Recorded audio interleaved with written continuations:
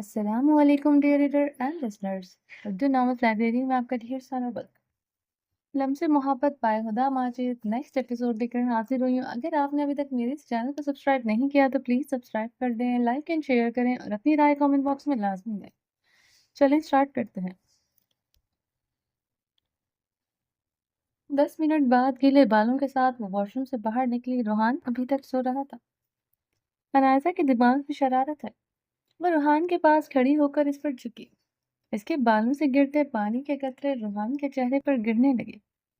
روحان نے نیند میں اپنا چہرہ صاف کیا، جیسے اسے لگا کہ کوئی چیز اس کے چہرے پر رینگ رہی ہے۔ مسلسل پانی گرنے کی وجہ سے روحان نے اپنی آنکھیں کھولی۔ ان کی نظر مسکراتی ہوئے انائزہ پر پڑی۔ اٹھ جائیے جناب، صبح ہو گئی ہے۔ سونے دو مجھے۔ روحان نے اپنے اوپر کمفرٹر لیا۔ ارے اٹھو روحان، بہت سو لیا۔ نہیں نا، مجھے نیند آئی ہے۔ اف، میں نیچے جا رہی ہوں، جلدی اٹھ جانا۔ اس نے بال خشک کیے اور ریڈی ہو کر نیچے چلی گئی۔ کچھ دیر تک روحان فریش ہو کر آیا تو انائزہ کچن میں کھڑی ناشتہ بنا رہی تھی۔ روحان اس کے پاس آ کر کھڑا ہوا۔ اگیلا کہاں ہے؟ اسے ناشتہ نہیں بنایا؟ نہیں، آج اس کی طبیعت کچھ ٹھیک نہیں ہے، انائزہ نے پراٹھے کی سائڈ چینج کرتے ہوئے کہا۔ یہ کیا بنا رہی ہو؟ روحان پہلی بار دیکھ رہا تھا۔ یہ آلو کے پراٹھے ہیں۔ کیوں؟ تم نے کبھی نہیں کھائے کیا؟ انائزہ نے حیرت سے پوچھا۔ پراٹھے تو کھائے ہیں مگر ایسے نہیں، روحان نے جواب دیا۔ کیا واقعی؟ چلو آج میں تمہیں پاکستان کے مشہور آلو والے پراٹھے کھلاتی ہوں۔ تم بیٹھو، باہر میں لاتی ہوں ہمیں۔ روحان باہر ٹیبل پر آ کر بیٹھا اور کچھ دیر تک انائزہ پراٹھوں کے ساتھ چائے کی ٹرے لیے ٹیبل پر آئے۔ تو کھاؤ اور بتاؤ کیسا لگا تمہیں؟ اس نے روحان کے آگے پراٹھا رکھا۔ روحان نے لقمہ بنا کر منہ میں رکھا۔ اب انائزہ اس کی طرف دیکھ رہی تھی۔ کیسا لگا؟ انائزہ نے پوچھا۔ یہ تو بہت ٹیسٹی ہے، میں ایک اور لوں گا۔ اور ریئلی؟ مجھے پتا تھا تمہیں ضرور پسند آئے گا۔ ساتھ چائے کا سپ بھی لو نا، پھر آئے گا اصلی مزہ۔ اب روحان مزے سے پراٹھا کھا رہا تھا اور ساتھ ساتھ چائے کا سپ لے رہا تھا۔ انائزہ نے بھی ناشتہ شروع کیا۔ انائزہ اور روحان چہل قدمی کے لیے لان میں داخل ہوئے تو بہت سے نئے پودے لان میں پڑے تھے۔ ارے یہ کون لے کر آیا؟ انائزہ پودوں کی طرف چلنے لگی اور روحان بھی اس کے ساتھ چل دیا۔ شفیق لے کر آیا ہوگا۔ روحان نے ایک چھوٹے سے پودے کو ہاتھوں میں اٹھایا۔ کتنے پیارے ہیں یہ، کس چیز کے ہیں؟ انائزہ نے پوچھا۔ شاید پھولوں کے ہیں، روحان نے کہا۔ ارے یہ والا تو امرود کے پودے ہیں۔ انائزہ نے سائڈ پر پڑے پودوں کی طرف اشارہ کیا۔ اچھا، تب کا کہا ہوا یہ آج لے کر آیا ہے۔ روحان نے امرود کا پودا چیک کیا۔ بیگم صاحبہ، پودے لگانے کا موسم اب آیا ہے، موسم بہار شروع ہو رہا ہے۔ اوپر سے شفیق آ کر بولا۔ ہاں یہ تو تم ٹھیک کہہ رہے ہو، موسم بہار تو اب شروع ہوا ہے، انائزہ نے کہا۔ تو روحان کیوں نہ یہ پودے ہم لگائیں؟ انائزہ مسکرائے۔ ہاں بالکل، روحان نے جواب دیا۔ ارے بیگم صاحبہ اور روحان بابا، آپ دونوں تھک جاؤ گے، میں خود لگا لوں گا، شفیق بولا۔ نہیں شفیق، امرود کے پودے میں اور روحان خود لگائیں گے، انائزہ نے کہا۔ ٹھیک ہے، جیسے آپ کی مرضی، وہ کہتا ہوا اندر چلا گیا۔ روحان اور انائزہ نے گڑھا کھودنا شروع کیا۔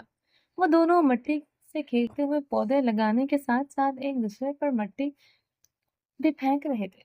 دونوں میں کھلکھلا کر ہنسنے کی آوازیں اندر تک جا رہی تھی۔ عقیلہ اور شفیق کھڑکی سے ان دونوں کو دیکھنے لگے اور اللہ کا شکر ادا کرنے لگے۔ وہ 3 گھنٹوں بعد وہ فارغ ہونے تو مٹی سے بھرے ہوئے تھے اور فریش ہونے کے لیے کمرے میں آئے۔ کتنا مزہ آیا نا آج کھیلنے کا، انائزہ نے ہنستے ہوئے کہا۔ ہاں بہت، روحان بھی ہنس رہا تھا۔ چلو تم فریش ہو جاؤ، پھر میں بھی ہوتی ہوں۔ روحان وارڈروب سے اپنے کپڑے نکال کر واش روم چلا گیا اور انائزہ اس کے باہر آنے کا انتظار کرنے لگے۔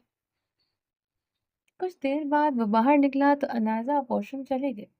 جب وہ باہر آئی تو انائزہ کمرے میں موجود نہیں تھا تو روحان کمرے میں موجود نہیں تھا۔ اس نے گلاس بال سے باہر دیکھا تو اسے شفیق کے پاس کھڑا دکھائی دیا۔ انائزہ کو تھکن محسوس ہونے لگی۔ اس نے کچھ دیر ریسٹ کرنے کا سوچا۔ اور وہ ڈائری نکالنے بستر پر لیٹ گئی۔ ماضی: دردانہ ہم کیا کریں گے؟ مریم کو جس بات کا شک تھا وہ صحیح نکلا۔ شہزادی کی حفاظت ضروری ہے۔ صفیہ بیگم سبزی بناتے ہوئے دردانہ بیگم سے کہہ رہی تھی، اب وہ چاہتی ہے ہم یہاں اس گھر میں رہے تاکہ سب اکٹھے ہوں گے تو زیادہ مضبوط ہوں گے۔ ہاں وہ ٹھیک کہہ رہی ہے، دردانہ بیگم نے کہا، لیکن ہم کب تک یہاں آپ کے گھر رہیں گے؟ ایسے اچھا نہیں لگتا۔ صفیہ بیگم نے کہا، صفیہ آپا آپ ایسا کیوں سوچ رہی ہیں؟ مجھے ہم سب کی جان پیاری ہے۔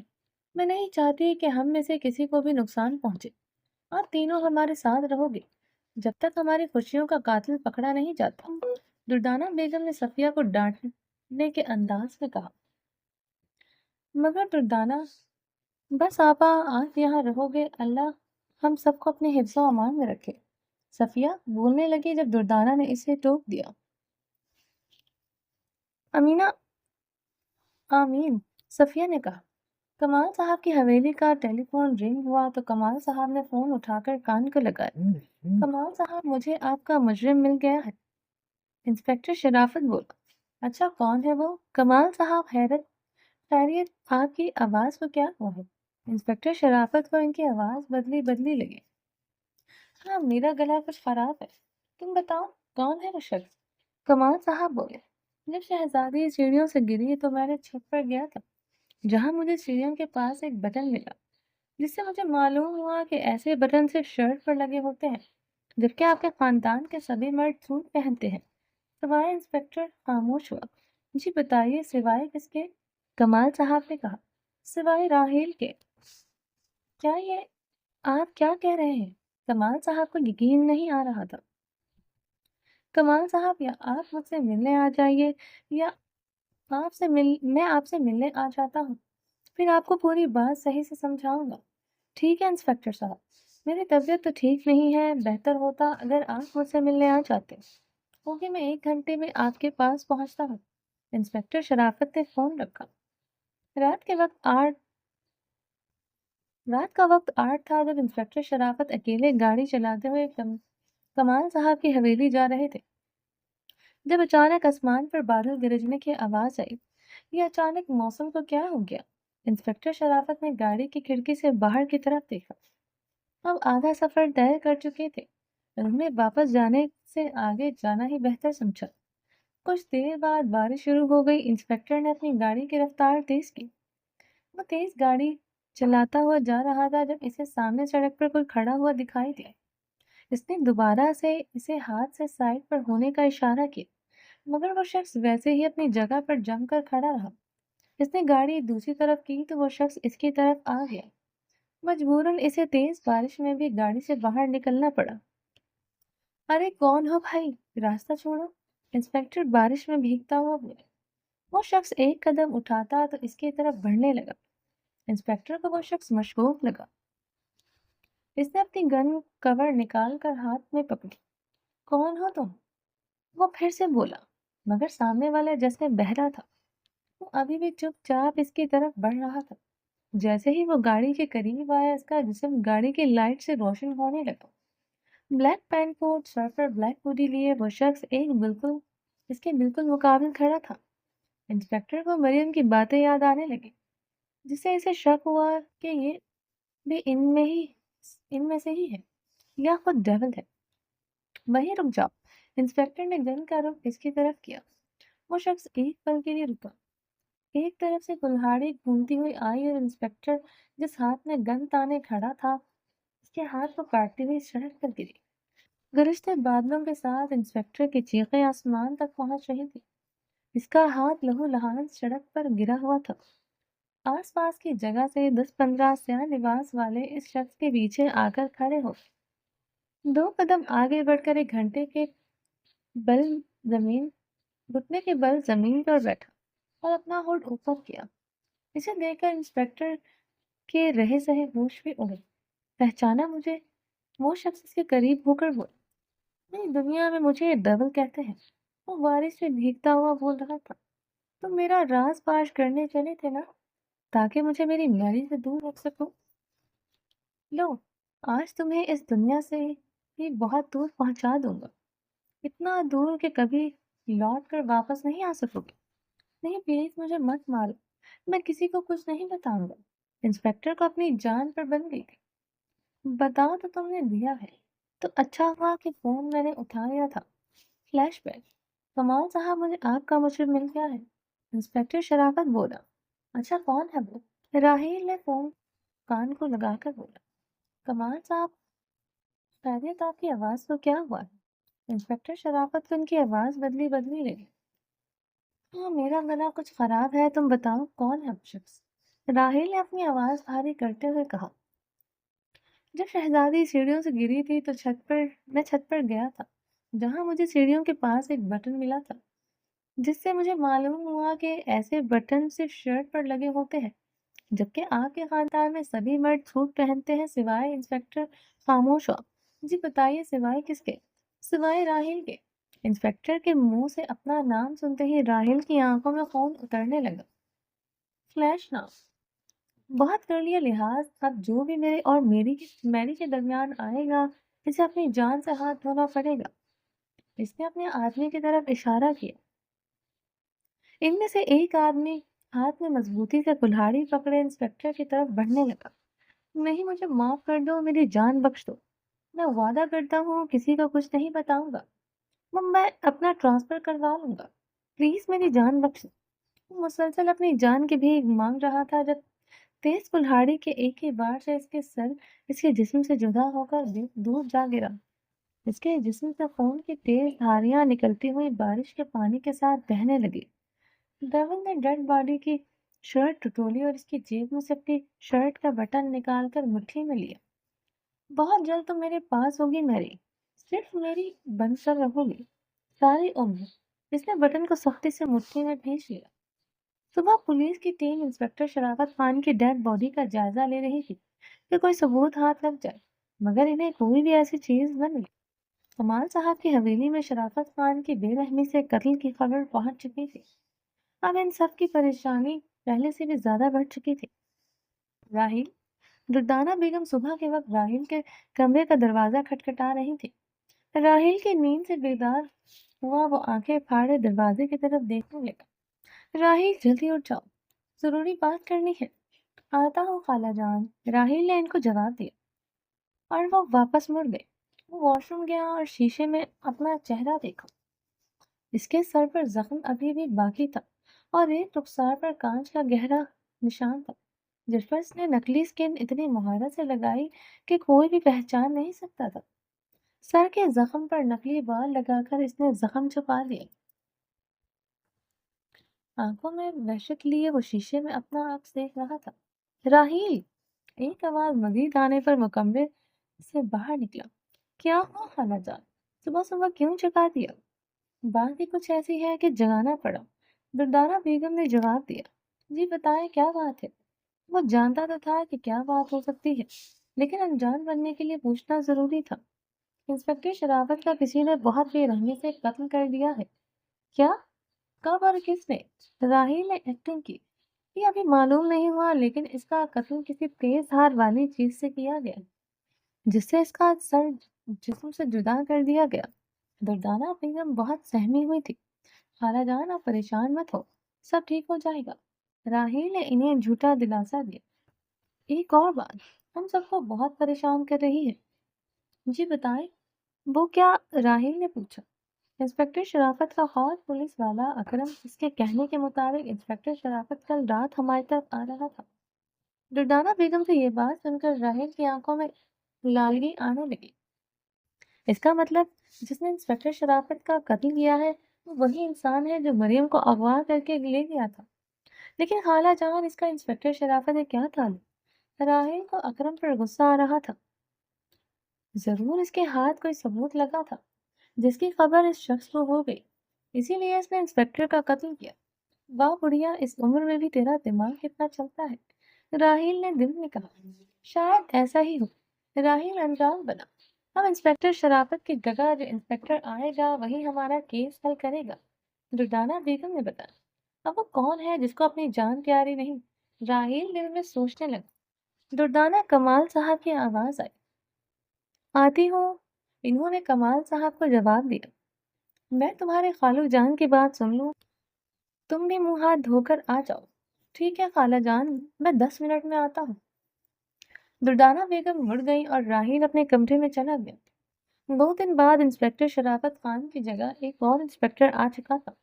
اس نے جمال اور کمال صاحب کو پوچھ گچھ کے لیے پولیس اسٹیشن بلایا۔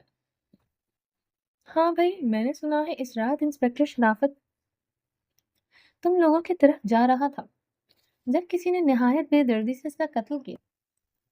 اس نے اپنے موٹے پیٹ سے پینٹ اوپر کھینچتے ہوئے کہا، لیکن انہوں نے ہمیں آنے کی اطلاع نہیں دی تھی۔ کمال صاحب نے کہا، لیکن وہ روڈ تو تم لوگوں کے گھر کی طرف ہی جاتا ہے نا جہاں واردات ہوئی۔ انسپکٹر نے کہا، آپ ٹھیک کہہ رہے ہیں، لیکن انہوں نے ہم میں سے کسی سے رابطہ نہیں کیا۔ جمال صاحب بولے، لیکن یہ اپنا تو کہہ رہا ہے کہ شرافت اس کو بتا کر گیا تھا کہ وہ آپ کی طرف جا رہا ہے۔ اس نے سامنے پڑی سموسوں کی پلیٹ سے ایک سموسہ اٹھایا۔ انسپکٹر صاحب، پھر وہی بات، جب ہم ایک بار آپ کو بتا چکے ہیں کہ ہمیں اس بات کی خبر نہیں تو ہمیں کیسے کچھ پتا ہو سکتا ہے؟ جمال صاحب نے تنگ آ کر کہا، اچھا ٹھیک ہے، ابھی آپ جاؤ، ضرورت پڑنے پر بلاؤں گا۔ وہ آدھا سموسہ اپنے منہ میں رکھ کر بمشکل بولا، لیکن ہمارا کیس؟ کمال صاحب نے کہا، ہاں ہاں دیکھ لیں گے اس کو بھی۔ وہ کہہ کر پھر سے کھانے میں مصروف ہو گئے۔ جمال اور کمال صاحب ایک دوسرے کا منہ دیکھتے ہوئے اٹھ دیے۔ ہمارا جوان انسپکٹر پہلے ہی ان کی وجہ سے مر گیا ہے بھائی، میں کیوں موت کے منہ میں ہاتھ ڈالوں؟ ان کے جانے کے بعد وہ سموسہ کھاتا ہوا بڑبڑایا، کمال مجھے تو یہ انسپکٹر ٹھیک نہیں لگا، یہ ہمارا کیس حل نہیں کرے گا۔ گاڑی میں بیٹھ کر جمال صاحب نے کمال صاحب کو کہا، بھائی جان لگا تو مجھے بھی کچھ ایسے ہی ہے، بس اللہ خیر کرے۔ انہوں نے گاڑی سٹارٹ کی۔ مریم کمرہ صاف کرنے کے بعد بیڈ کی چادر ٹھیک کرنے لگی۔ اس نے ارشم کا سر اٹھا کر تکیا سیٹ کر کے رکھا، پھر نرمی سے سر واپس تکیے پر رکھا۔ اسی کام میں مصروف تھے جب اس نے دیکھا کہ ارشم کے ہاتھ کی انگلی نے حرکت کی ہے۔ مریم کو اپنی آنکھوں پر یقین نہیں آ رہا تھا۔ ارشم، ارشم! اس نے دوبارہ ارشم کو پکارا، لیکن وہ ابھی بھی ساکت لیتا ہوا تھا۔ مریم بھاگتی ہوئی صحن کی طرف گئی۔ امی جان، چچی کا! ارے مریم، کیا ہو گیا ہے؟ کیوں پورے گھر میں شور مچا رکھا ہے؟ دردانہ بیگم نے کہا، چچی جان، وہ ارشم! کیا ہوا ارشم کو؟ وہ ٹھیک تو ہے نا؟ پریشانی سے کھڑی ہو۔ چچی جان، ارشم بالکل ٹھیک ہے۔ تو بتاؤ نا پھر کیا ہوا ہے؟ صفیہ بیگم نے کہا، امی جان، ارشم کے ہاتھ میں حرکت کی ہے۔ مریم سے خوشی سے بولا نہیں جا رہا تھا۔ کیا؟ یا اللہ تیرا شکر ہے، دردانہ بیگم نے کہا، اور وہ تینوں ارشم کے کمرے کی طرف بھاگی۔ کمال صاحب ارشم کو لیے ہاسپٹل گئے۔ انہوں نے کال کر کے ڈاکٹر کو ارشم کی حرکت کرنے کا بتایا، تو ڈاکٹر نے ارشم کو اپنے پاس لانے کا کہا تاکہ اس کے ٹیسٹ وغیرہ کر سکے۔ ڈاکٹر، میرا بیٹا کب تک ہوش میں آ جائے گا؟ کمال صاحب نے بے تابی سے پوچھا۔ ان کے ہوش میں آنے کے کافی امکان نظر آ رہے ہیں، اب بس آپ دعا کریں، اللہ نے چاہا تو یہ آج کل بھی ہوش میں آ سکتے ہیں، یا اسی ہفتے یا اسی مہینے۔ ڈاکٹر کی بات سن کر کمال صاحب کو خوشی کے مارے کچھ سمجھ نہیں آ رہا تھا کہ وہ کیا کرے۔ شکریہ ڈاکٹر صاحب، آپ نے مجھے اتنی بڑی خوشخبری سنائی ہے۔ ارے کوئی بات نہیں، یہ سب تو اللہ کے کام ہے، ہم تو بس ذریعہ ہیں۔ راہیل شہر سے گاؤں گھر آیا تو اسے سبھی بہت خوش نظر آ رہے تھے۔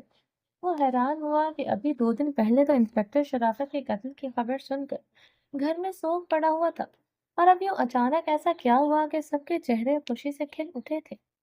السلام علیکم! سب کو سلام کرتا ہوا وہ کرسی پر آ کر بیٹھا۔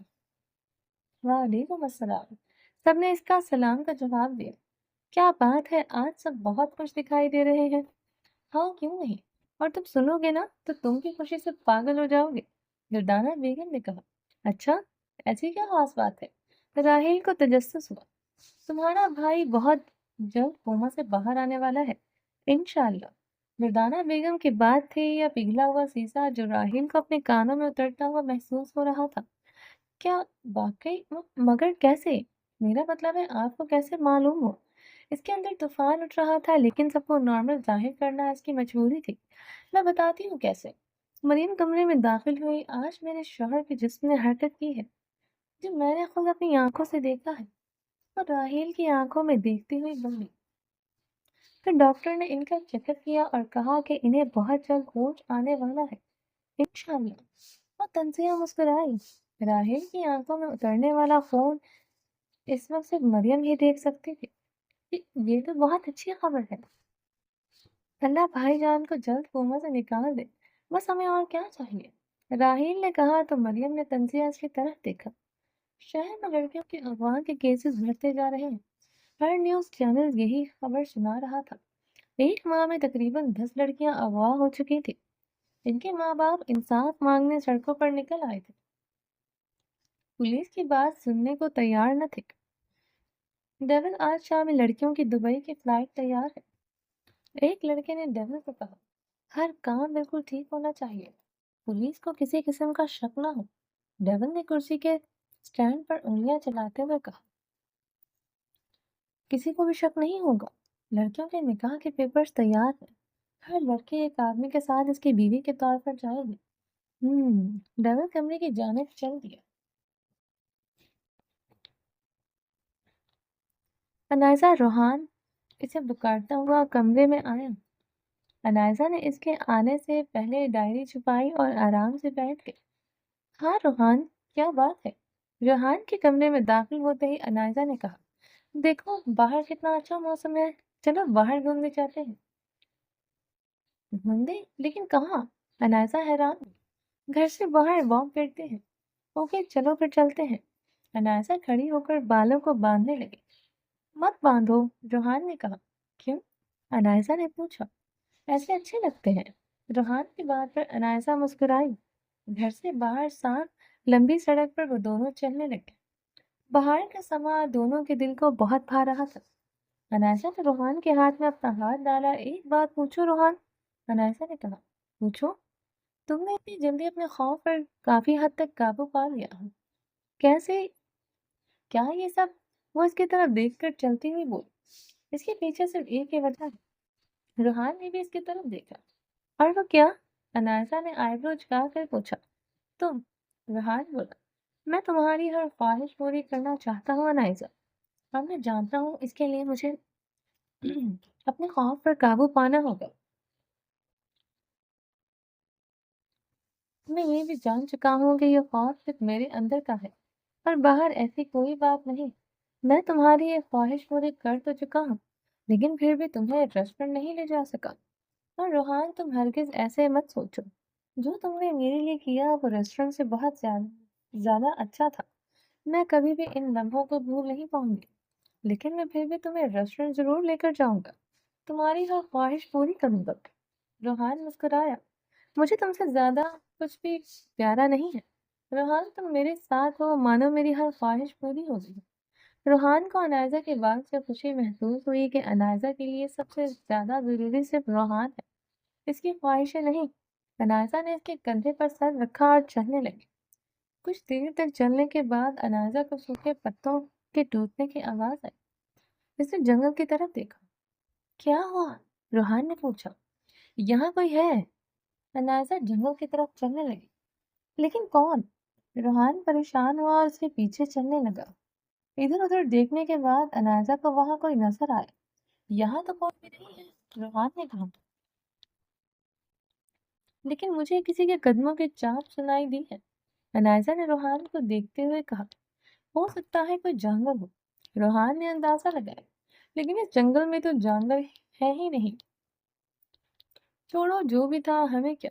روحان نے پھر سے انائزہ کا ہاتھ پکڑا۔ آؤ نا، پھر سے واک کرتے ہیں۔ انائزہ وہیں جم کر کھڑی تھی تو روحان نے کہا، نہیں اب ہمیں گھر چلنا چاہیے۔ انائزہ اس کا ہاتھ کھینچتے ہوئے واپس سڑک پر آئی۔ لیکن گھر کیوں؟ اتنا مزہ تو آ رہا تھا۔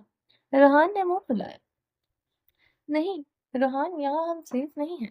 انائزہ نے اسے سمجھانا چاہا لیکن اس کا منہ ابھی بھی پھولا ہوا تھا۔ رات کے وقت روحان کمفرٹیبل نائٹ ڈریس پہن کر واش روم سے نکلا۔ جب اسے انائزہ اور وارڈروب کے پاس کھڑی کچھ سوچتی ہوئی نظر آئی۔ کیا ہوا؟ روحان نے پوچھا۔ روحان میری ہیلپ تو کرو۔ ہیلپ؟ کس کام میں؟ انائزہ دو نائٹیز لیے بیڈ کی طرف آیا۔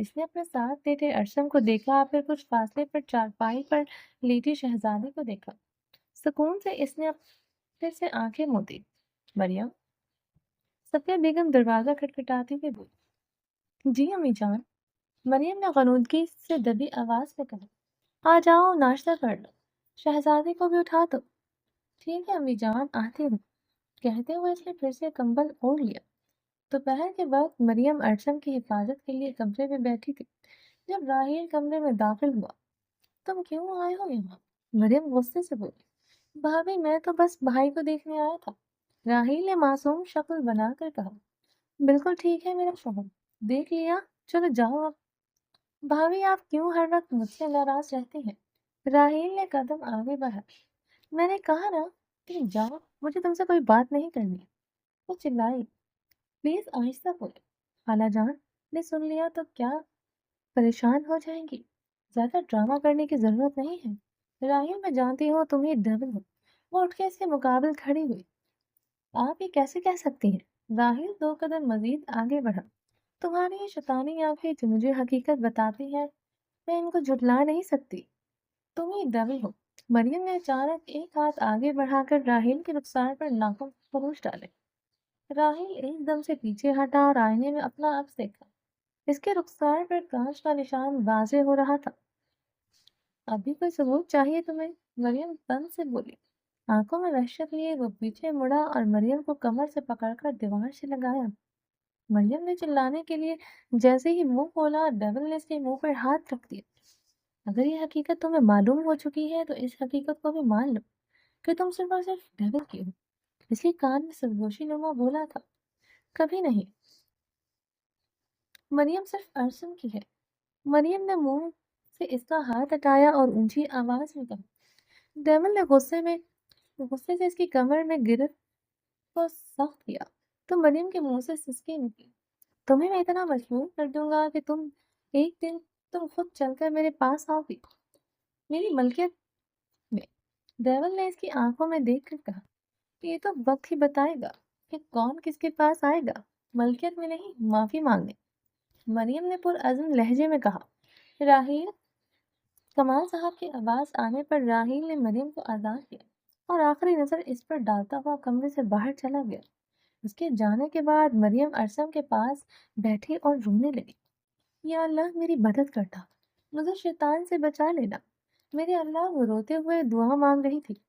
جمال، مجھے آپ سے ایک بات کرنی ہے۔ جمال صاحب کرسی پر بیٹھے اخبار پڑھ رہے تھے جب صفیہ بیگم بولی۔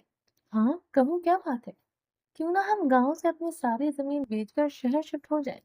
انہوں نے گھبراتے ہوئے کہا۔ صفیہ، کیا تم جانتی ہو تم نے کتنی بڑی بات کی ہے؟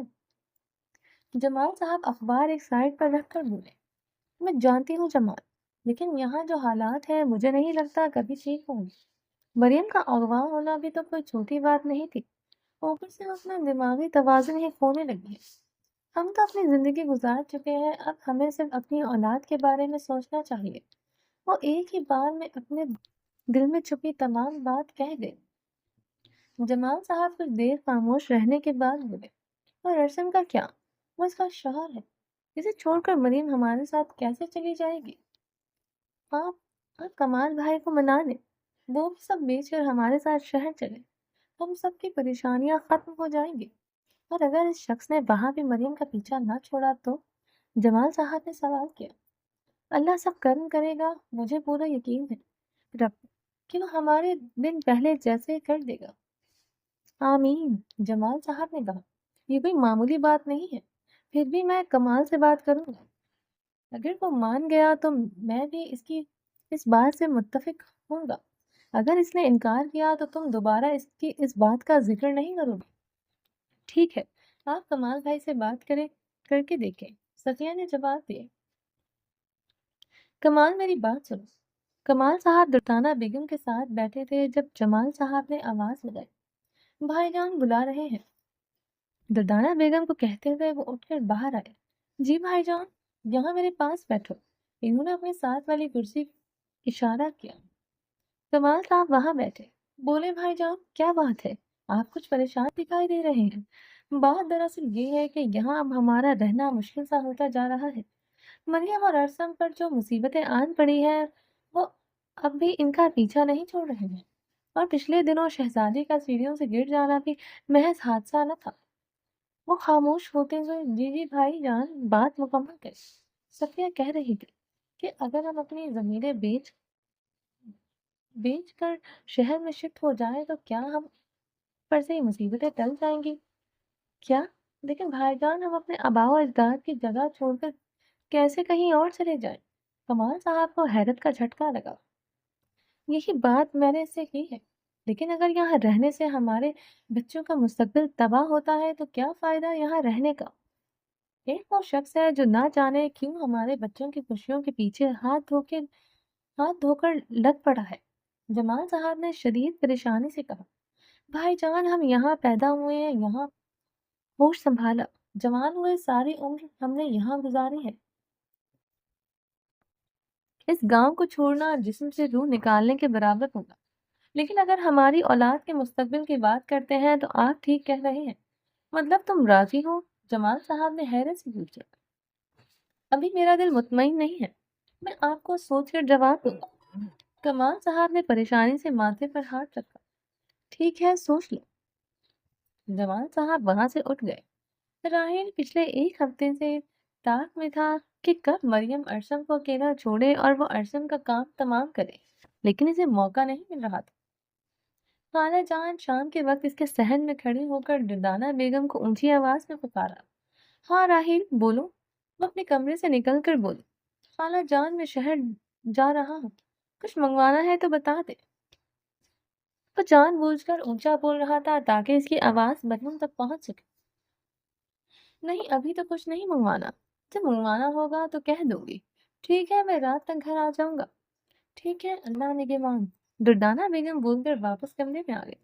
مریم نے کھڑکی سے راہیل کو باہر جاتے ہوئے دیکھا، اب وہ بے فکر ہو چکی تھی۔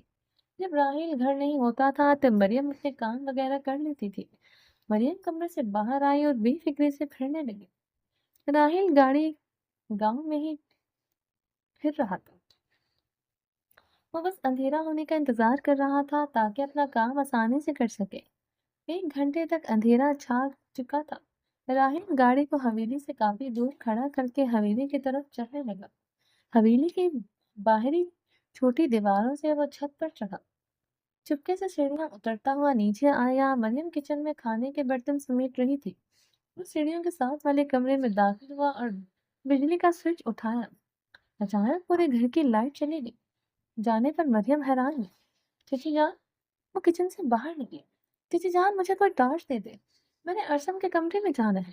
اس کے کمرے میں جو الماری ہے اس کے نیچے والے دراز میں پڑی ہے۔ ٹارچ؟ دردانہ بیگم اور صفیہ بیگم صحن میں نکل آئی۔ راہیل تیزی سے ارسم کے کمرے کی طرف بڑھا۔ ادھر مریم ماچس سے روشنی کرتی ہوئی دراز سے ٹارچ ڈھونڈ رہی تھی۔ راہیل نے ارسم کے کمرے میں داخل ہو کر لائٹر آن کیا۔ وہ پیچھے دیکھتا ہوا آگے بڑھا۔ اس نے ارسم کے بازو میں لگی ڈرپ کی بوتل میں زہر کا انجیکشن ملا۔ ادھر مریم کمرے میں داخل ہوئی۔ راہیل کے قدموں کی چاپ سن کر تیزی سے پردے کے پیچھے چھپ گیا، مگر انجیکشن بوتل میں رہ گیا۔ مریم نے آس پاس ٹارچ گھما کر دیکھا، کمرے میں کوئی نہ تھا۔ ارسم کے پاس بیٹھ گئی۔ راہیل کو فکر ہونے لگی کہ کب مریم اٹھے گی، وہ کب باہر نکلے گا۔ مریم کی کمر راہیل کی طرف تھی۔ وہ پردے کے پیچھے سے ہوتا ہوا کھڑکی تک پہنچا اور بغیر آواز کیے باہر نکل گیا۔ اس نے کمرے میں جا کر لائٹ آن کی اور چھت پر سے بھاگ گیا۔ مریم کی نظر ڈرپ والی بوتل میں لگے انجیکشن پر پڑی۔ اس نے تیزی سے اٹھ کر وہ انجیکشن اتارا اور پھر راہیل کے بازو کی طرف دیکھا، لیکن ارسم کے بازو سے سوئی نکلی ہوئی تھی، مطلب اسے ڈرپ لگی ہی نہیں تھی۔ مریم یاد کرنے لگی کہ میں نے خود ارسم کو ڈرپ لگائی تھی، پھر اس کے بازو سے سوئی کس نے نکالی؟ وہ یہ سوچ ہی رہی تھی جب اسے آواز آئی، مریم۔ مریم کی نظریں تیزی سے ارسم کی طرف اٹھی۔ وہ آنکھیں کھولے اسے دیکھ رہا تھا۔ ارسم! حیرت سے اس کے منہ سے چیخ نکلی اور وہ اپنے منہ پر ہاتھ رکھے اسے دیکھنے لگی۔ مریم! ارسم نے ایک بار پھر سے اسے پکارا۔ اس کی پکار میں ایک درد چھپا تھا۔ ارسم! مریم اونچی آواز میں روتے ہوئے ارسم کے سینے سے لگ گئی۔ ارسم آپ کو ہوش آ گیا؟ وہ اونچی آواز میں روتے ہوئے بول رہی تھی۔ مریم کے رونے کی آواز سن کر باقی گھر والے اس کمرے کی طرف بھاگے۔ مریم کیا ہوا؟ صفیہ بیگم کمرے میں داخل ہو کر بولی، لیکن آگے کا منظر دیکھ کر ان کا جسم ساکت ہو گیا۔ دردانہ بیگم دروازے تک پہنچی تو ان میں بھی چلنے کی ہمت نہ رہی۔ امی جان، ارشم نے دردانہ بیگم کو پکارا اور ان کی آنکھوں سے آنسو جاری تھے۔ پچھلے 2 ماہ میں وہ کوما میں تھا۔ ارشم میرا بچہ، دردانہ بیگم روتے ہوئے اس کے پاس آئی اور اس کا منہ ماتھا چومنے لگی۔ یا اللہ، تیرا شکر ہے، تو نے ہم پر کرم کر دیا، انہوں نے روتے ہوئے کہا۔ ارشم بمشکل اٹھ کر بیٹھا۔ جمال اور کمال صاحب دونوں باری باری ارشم کو ملے۔ سب کی آنکھیں خوشی کے آنسوؤں سے نم تھی۔ 1 گھنٹے بعد راہیل گیٹ سے گاڑی اندر کر کے داخل ہوا تو ارشم کے کمرے میں سب کو بیٹھا ہوا دیکھا۔ وہ خوش ہوا کہ ارشم کا کام تمام ہو گیا، اسی لیے سب اس کے کمرے میں رونے دھونے کے لیے اکٹھا ہے۔ وہ بھی اپنی شکل پر نقلی دکھ لائے کمرے میں داخل ہوا، لیکن آگے کا منظر اس کے لیے ناقابل یقین تھا۔ ارشم بیڈ سے ٹیک لگائے بیٹھا تھا۔ راہیل ساکت کھڑا اسے دیکھتا رہا۔ وہ تو خود اسے زہر کا انجیکشن لگا کر گیا تھا، پھر یوں اچانک ارشم کو ہوش کیسے آ گیا؟ دردانہ بیگم کی نظر راہیل پر پڑی۔ وہ چلتی ہوئی اس کے پاس آئی اور ایک زوردار تھپڑ اس کے گال پر رسید کیا۔ 10 سال کے تھے تم جب تمہارے ماں باپ یہ دنیا چھوڑ کر چلے گئے تھے۔ کیا میں نے تمہیں ماں کے پیار نہیں دیا تھا؟ کیا کمال نے تمہارے سر پر باپ بن کر ہاتھ نہیں رکھا؟ کیسے کیسے تم ہی ہماری خوشیوں کے قاتل نکل سکتے ہو راہیل؟ وہ روتی ہوئی مسلسل بول رہی تھی۔ راہیل ہکا بکا ان کی باتیں سن رہا تھا۔ اسے اچھا تھا کہ تم اس ایکسیڈنٹ میں مر جاتے، کم از کم آج مجھے یہ دن تو نہ دیکھنا پڑتا۔ خالہ جان، آپ اپنی گندی زبان سے مت کہو مجھے خالہ جان، تم میرے بھانجے ہو ہی نہیں سکتے، تم تو کوئی شیطان ہو، شیطان۔ وہ چلائیں۔ خالہ جان، آپ نے مریم بھابھی کی باتوں کا یقین کر لیا، ان کی دماغی حالت ٹھیک نہیں ہے۔ ارشم کو لگا کہ مریم نے پھر سے اس کے بارے میں کچھ کہا ہے۔ مریم نے کچھ نہیں کہا راہیل، ارشم بولا۔ میں نے تمہاری حقیقت سب کو بتائی ہے۔ ارشم کے چہرے سے دکھ چھلک رہا تھا۔ مجھے آج نہیں کل ہی ہوش آ گیا تھا جب تم میرے کمرے میں مریم سے باتیں کر رہے تھے۔ راہیل آنکھیں پھاڑے ارشم کی باتیں سن رہا تھا، لیکن میں ویسے ہی ساکت لیتا رہا تاکہ تم دونوں کی باتیں سن سکوں۔ پر تب مجھے معلوم ہوا وہ شخص جسے میں بچپن سے اپنا چھوٹا بھائی مانتا آیا تھا، ہمیشہ پیار اور شفقت سے پیش آتا تھا۔ اسی شخص نے میری شادی کی رات میری بیوی کو آپار اور مجھے موت کے منہ میں دھکیل دیا۔ کیا کوئی اتنا خودغرض ہو سکتا ہے؟ راہیل کی آنکھوں سے آنسو آنے لگے۔ میں نے تمہیں کبھی بھی یہ احساس نہیں ہونے دیا کہ تم میرے سگے بھائی نہیں ہو۔ بچپن سے تمہیں ہر وہ چیز دی جو مجھے بھلے ہی پسند تھی، لیکن میں نے ہمیشہ تمہاری خوشی کو آگے رکھا۔ اور اب جب تم میری ڈرپ میں زہر کا انجیکشن ملانے آئے تھے، میں ہوش میں تھا۔ میں اپنی آنکھوں سے اپنے بھائی کو میری جان لینے کی کوشش کرتے دیکھا تھا۔ کیا تم سوچ سکتے ہو اس وقت میرے دل پر کیا گزری ہوگی؟ تمہیں مریم پسند تھی تو مجھ سے کہتے، میں تمہارے لیے اپنی محبت کی قربانی دے دیتا، لیکن کبھی بھی تمہارا دل توڑ کر خود خوش نہ رہتا۔ راہیل نے نظریں جھکائی، اس کے پاس بولنے کے لیے لفظ نہ تھے، لیکن اب ہماری دنیا سے دور جانا ہوگا، کیونکہ تم نہ بیٹے بننے کے لائق ہو نہ ہی بھائی۔ مگر گھر میں پولیس داخل ہوئی تو راہیل کو گھیرے میں لیے۔ راہیل بے یقینی سے ارشم کی طرف دیکھنے لگا۔ میں نے ان کو بلایا تاکہ تمہیں سزا ملے اس سب کی جو تم نے ہمارے ساتھ کیا۔ چلو بھائی، تم نے ہی ہمارے جو جوان انسپیکٹر کا قتل کیا تھا نا، اب تمہیں میں سبق سکھاؤں گا۔ انسپیکٹر نے راہیل کو ہتھکڑی لگا۔ مریم نے کال پرنسپل کو راہیل کی لڑکیاں اغوا کرنے کے بارے میں بھی بتایا تھا۔ راہیل خاموشی سے چلتا ہوا پولیس کی وین میں بیٹھ گیا تھا۔ انیزہ نے جمائی لیتے ہوئے ڈائری رکھی اور روحان کو ہف کیے سو گئے۔ صبح ان دونوں نے ٹیبل پر ناشتہ کیا اور اب لان میں چہل قدمی ہونے لگی۔ روحان نے انیزہ کو اپنے اوپر محسوس کیا اور اس نے انیزہ کی طرف دیکھا۔ انیزہ روحان کی طرف غور سے دیکھ رہی تھی۔ کیا دیکھ رہی ہو؟ روحان نے پوچھا۔ دیکھ رہی ہوں تمہارا جسم کافی ڈھیلا ڈھالا سا ہے، تمہیں جم کرواؤ؟ انیزہ اس کے سر سے پاؤں تک دیکھتی ہوئی بولی۔ جم وہ کیا ہوتا ہے؟ روحان نے معصومیت سے پوچھا۔ تم پوچھنے تو رہنے دو، میں کوئی نہ کوئی بندوبست کرتی ہوں، جب جم کرو گے تب خود ہی پتہ چل جائے گا کس چیز کا نام ہے۔ انیزہ نے اپنی ہنسی دبائی۔ ٹھیک ہے میں کر لوں گا، روحان نے بے فکری سے کہا۔ پکا نا؟ انائزہ کو معلوم تھا جم کرنا کتنا مشکل ہے، اس لیے وہ روحان کو بات پر قائم رہنے کا کہنے لگی۔ ہاں تمہارے لیے، روحان نے مسکراتے ہوئے کہا۔ انائزہ نے بھی مسکراتے ہوئے اس کے کندھے پر سر رکھا۔ انائزہ نے آن لائن باکسنگ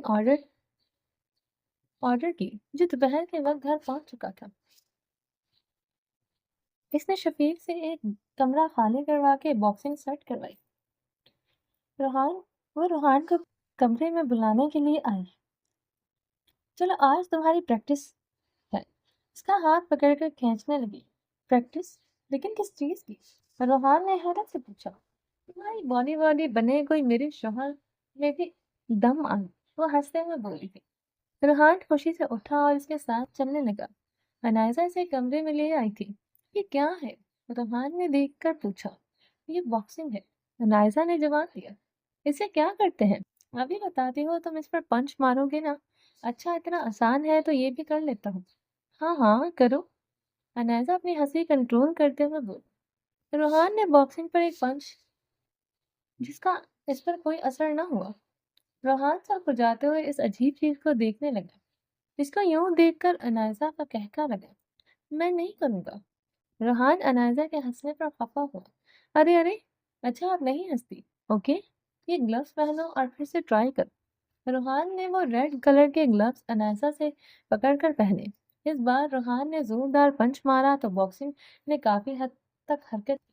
بالکل ٹھیک، چلو اب پھر سے کرو۔ انائزہ نے کچھ دیر تک اس کی پریکٹس کروائی۔ جب روحان تھک گیا تو اسے کمرے میں لے آئے۔ رات کے وقت روحان کے بازو میں شدید درد تھی۔ انائزہ ہلدی والا دودھ لے کر کمرے میں آئی۔ اٹھو، یہ دودھ پیو۔ اب یہ کیا ہے؟ روحان نے برا سا منہ بنا کر پوچھا۔ اسے کیا معلوم تھا کہ اس کا یہ حال ہو جائے گا۔ ہمت پکڑو، شیر بنو، شروع میں جسم ایسے ہی درد کرتا ہے، جب عادت ہو جائے گی تو سب ٹھیک ہو جائے گا۔ نہیں میں نہیں کروں گا، روحان نے اٹھتے ہوئے کہا۔ میری جان، وہ تو کرنی پڑے گی میرے لیے۔ انائزہ نے اسے دودھ کا گلاس پکڑایا۔ روحان نے منہ پھلاتے ہوئے دودھ کا گلاس پکڑا۔ پیو، تمہاری پین میں کمی ہوگی۔ روحان نے جیسے ہی ایک بڑا سا سپ لیا، وہ ویسے ہی باہر نکلنے والا تھا جب انائزہ نے کہا، پیو اسے خبردار، جو باہر نکالا تو۔ وہ آنکھیں دکھاتے ہوئے بولی۔ روحان نے بمشکل ایک سپ کو حلق سے نیچے اتارا۔ میں نہیں پیوں گا، اتنا برا ذائقہ ہے اس کا، وہ منہ کے زاویے بگاڑتا ہوا بول۔ روحان تم اسے پیو گے؟